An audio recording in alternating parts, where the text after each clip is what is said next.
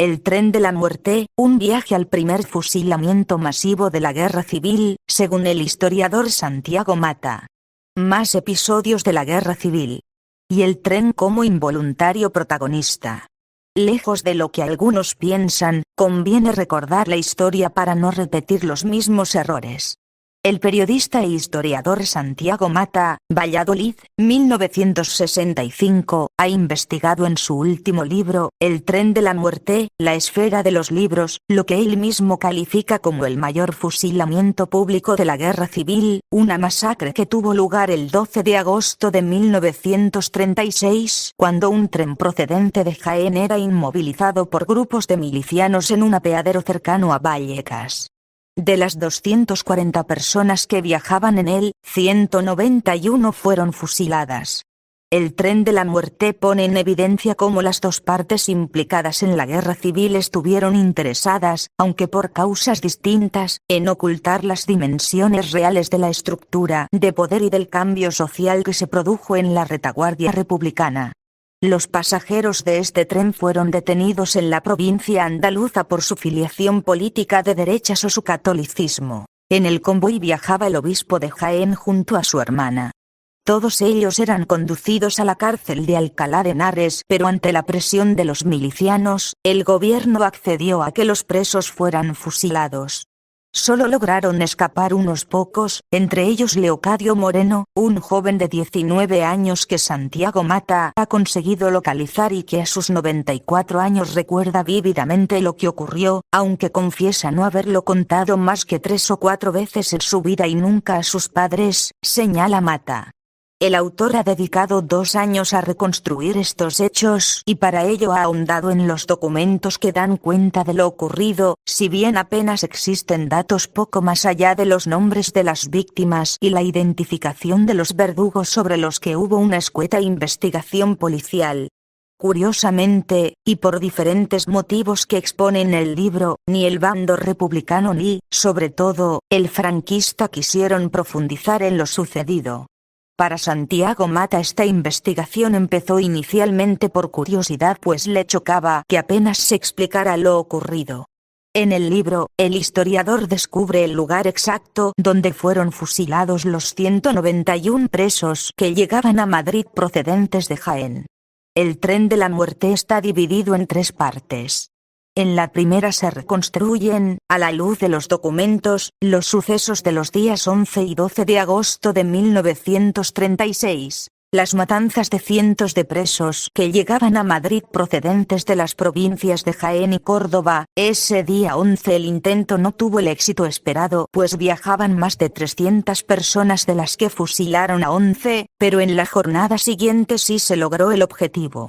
La principal evidencia obtenida al respecto es que estas matanzas, según sostiene Mata, fueron autorizadas por el gobierno de la República con el consentimiento muy probablemente del presidente del gobierno, José Giral, casi con certeza del ministro de Gobernación, Sebastián Pozas, y sin ningún género de dudas del director general de Seguridad, Manuel Muñoz.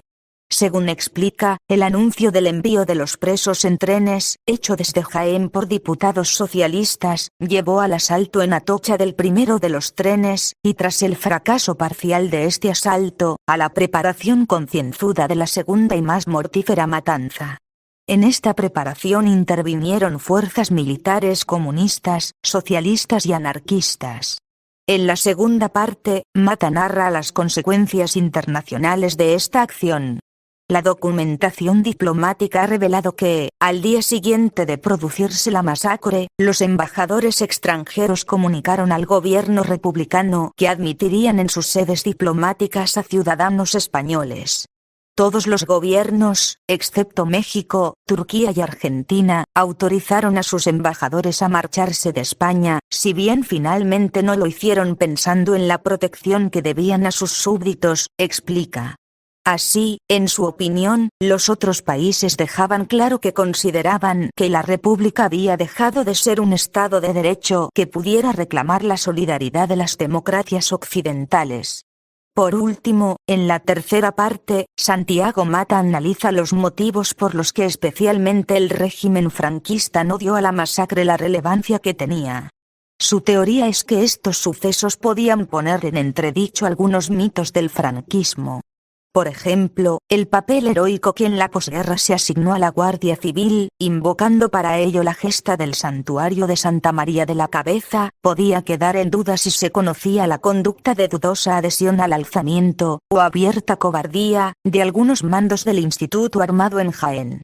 Tampoco salían bien paradas muchas familias adineradas de la provincia, que habían evitado la cárcel, la deportación y la muerte pagando un rescate. El autor apunta que, en realidad, la colaboración con las autoridades revolucionarias había sido mucho más habitual de lo que pudiera pensarse a primera vista. A la vista de todo esto, Santiago Mata señala que las personas que viajaban en ese tren fueron las víctimas más olvidadas. Todas ellas, perfectamente identificadas, fueron enterradas inicialmente en el cementerio de Vallecas, pero en los años 40 se les trasladó a la cripta de la Catedral de Jaén. El libro también incluye el testimonio de Leocadio Moreno, que tenía 19 años en el momento de la masacre y que es el último superviviente. En su opinión, las más de 200 víctimas de los trenes de Jaén han sido las grandes perdedoras de aquella tragedia. Las peripecias tremendas que sufrió Moreno, quien logró escapar de aquellos fusilamientos mostrando un carnet de estudiante y alegando que pertenecía a los socialistas universitarios, le han dado al autor el impulso decisivo para escribir este libro. Paradójicamente Leocadio Moreno logró, 10 días después de aquellos hechos, volver a burlar a la muerte durante su estancia en la cárcel Modelo, haciéndose pasar por un preso común para no ser ajusticiado. Y, durante la guerra, a pesar de ser de derechas, le tocó defender el bando republicano y también sobrevivió, narra Mata. Santiago Mata se licenció en Historia en 1988 y en Periodismo 2 años más tarde. Entre 1996 y 2004, vivió en Eslovaquia y Austria, trabajando para diversos medios de comunicación. Es redactor de Cultura y Sociedad en La Gaceta. Entre sus publicaciones de divulgación histórica destacan U-Boote. Submarinos alemanes en la Segunda Guerra Mundial. Mito y realidad de un trágico destino, el especial sobre bombardeo estratégico en la Segunda Guerra Mundial y la biografía El hombre que demostró el cristianismo. Ramón Llull.